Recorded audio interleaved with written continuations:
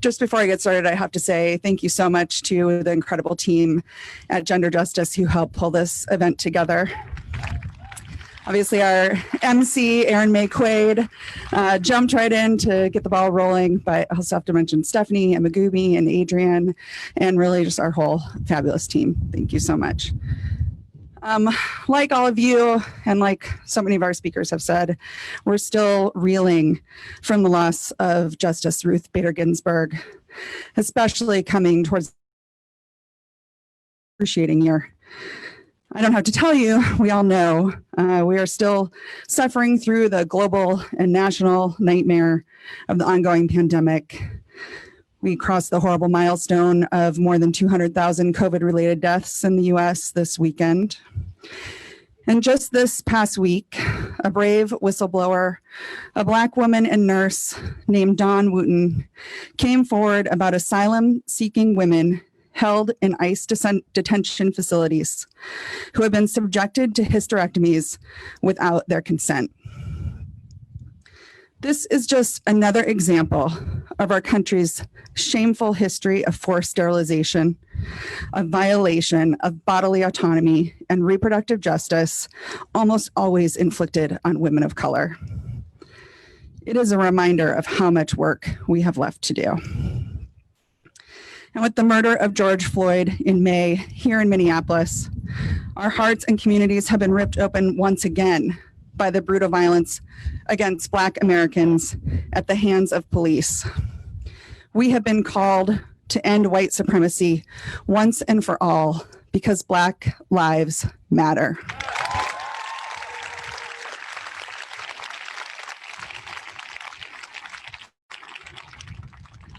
The weight of everything we're facing together feels impossibly heavy. I feel it deep in my bones every morning when I try to wake up. We're grieving and we're also scared. Scared for our communities, for our country, for our future. But despite all that feels bleak, please look around. In spite of everything, here we are together, wearing our masks, holding space for each other. The pandemic has shown us we humans are capable of rapidly adapting to new normals, of finding ways forward no matter the challenges. In our toughest moments, what matters is that we show up for one another and we do our part. Our speakers tonight have talked about the opportunities Ruth Bader Ginsburg was denied based only on the fact that she was a woman. Her very presence at Harvard Law School was challenged. She was rejected for clerkships. She was paid less in her first position as a law professor because she was married to a man with a well-paid job. In those early years especially, she was challenged, criticized, and undermined at every turn. But Ruth Bader Ginsburg never backed down. I know my own life wouldn't be what it is today without her work. She was a fighter who would never be silenced, and neither will we.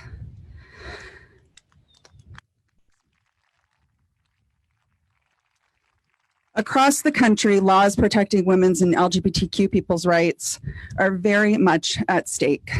The fate of the Affordable Care Act, which is actually the most recent national expansion of civil rights, is an open question. But today, here in Minnesota, I know we're ready to fight. We are a community that knows the power of speaking truth to power, of organizing our communities, and of voices that will not be silenced. So I know you probably read the headlines like me and are concerned about what the timing of RBG's death means to our democracy, the upcoming election, and the trajectory of the Supreme Court. But I want to encourage us all to keep our eyes not just on the win or the process, but also on who. Who will be the next justice to carry forth Ruth's legacy? I want a justice who recognizes the full humanity of people and who knows the truth about who suffers the most when our rights and protections don't reach everyone.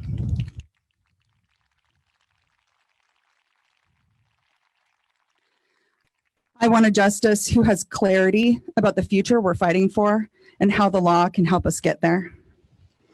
I want a justice who will be ferociously protecting my bodily autonomy and yours.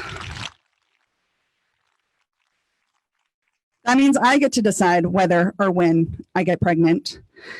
That means my transgender friend can get the gender confirming healthcare that allows them to live their life as their truest self.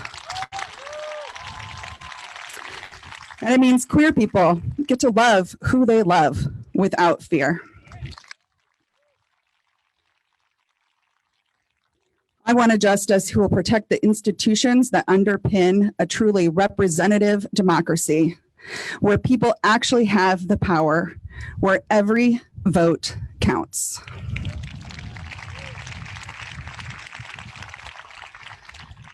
I don't know about you, but right now it has felt like Ruth was the only person standing between us and losing some of our most fundamental rights. But in truth, no one person can be expected to shoulder that much responsibility. We are the protectors of our rights.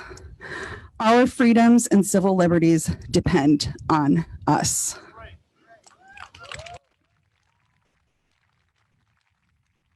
Our vision for our future doesn't stop at protecting Ruth's legal legacy. It's about so much more.